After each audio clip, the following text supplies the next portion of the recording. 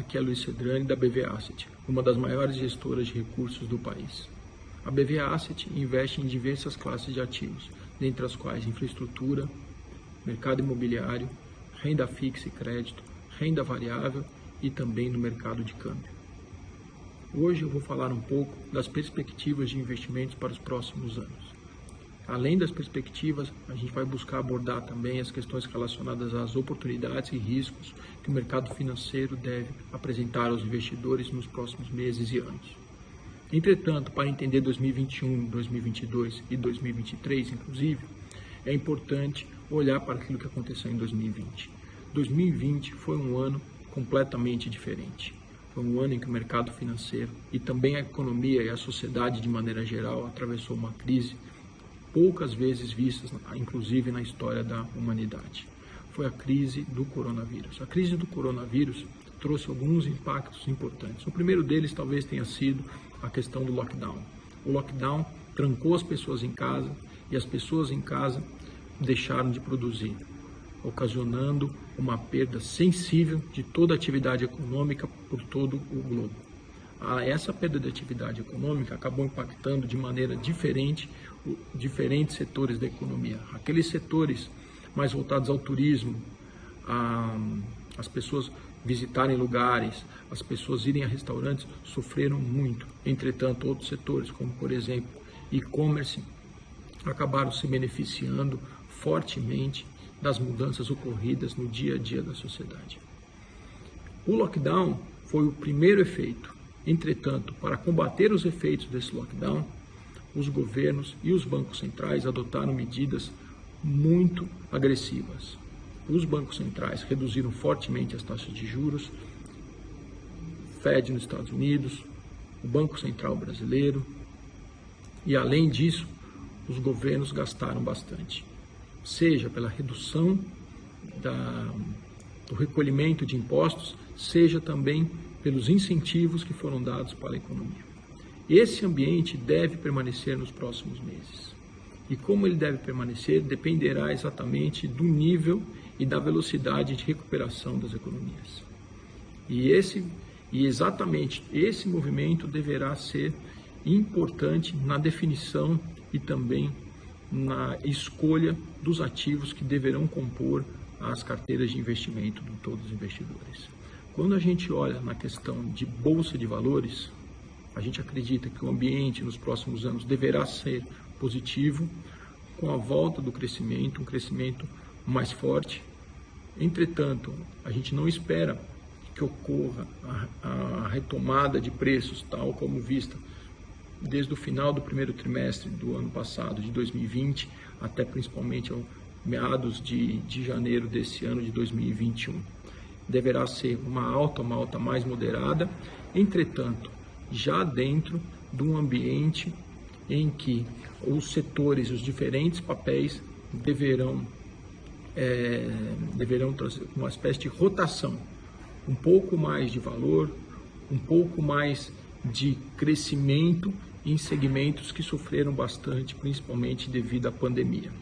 E a gente acredita que esse movimento ele deverá acontecer ao redor do mundo, com diferentes papéis, diferentes setores, andando e se aproximando daquilo que seria uma rentabilidade média. Entretanto, a gente nunca pode esquecer que os movimentos seculares, sejam em função da energia verde, seja em função do e-commerce, continuem de maneira forte.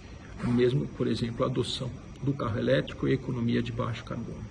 Então, quando a gente olha em bolsa, a gente acredita numa alta, já com um movimento rotação intrasetorial. Quando a gente fala em relação às taxas de juros, o ambiente de taxa de juros baixo deve permanecer. No Brasil, as taxas de juros estão muito baixas e deve continuar assim.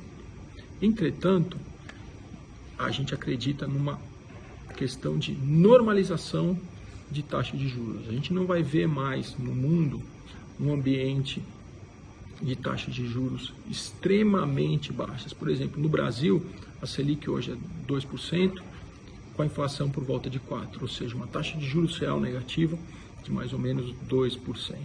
Então, a gente acredita que no médio prazo e até o final desse ano, por exemplo, já exista um processo de normalização com a taxa de juros real brasileira atingindo alguma coisa perto de zero, ou seja, um ambiente ainda muito estimulativo, entretanto não com o grau de estímulos que a gente viu ali no final do primeiro semestre de 2020.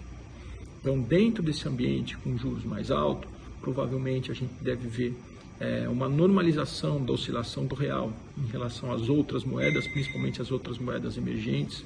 Não é mais um ambiente de depreciação muito grande da moeda brasileira. E além disso, esse crescimento muito forte da economia deve propiciar talvez dois movimentos. Um deles, a inflação, um aumento da inflação global, uma inflação um pouco mais alta, e também um realinhamento no preço das commodities de maneira geral.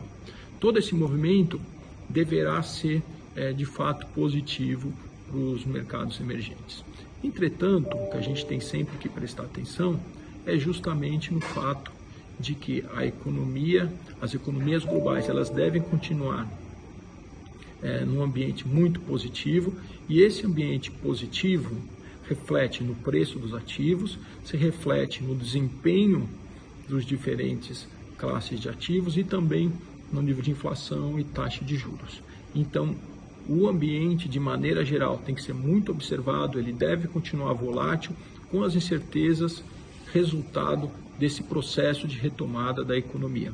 E além disso tudo, e principalmente nos países emergentes, há um ambiente político, como as disputas políticas vão acontecer, quais as atitudes que os governos tomarão, serão fundamentais no sucesso ou no fracasso das diferentes economias. A gente acredita que aqui no Brasil o ambiente ele fica relativamente positivo, desde que o ambiente político permaneça relativamente calmo, em que todo o processo de reformas, o processo legislativo caminhe sem grandes surpresas e também sem grandes reformas, né? Então, o ambiente econômico deverá continuar relativamente positivo, o que deve ocasionar uma melhora nos ativos financeiros.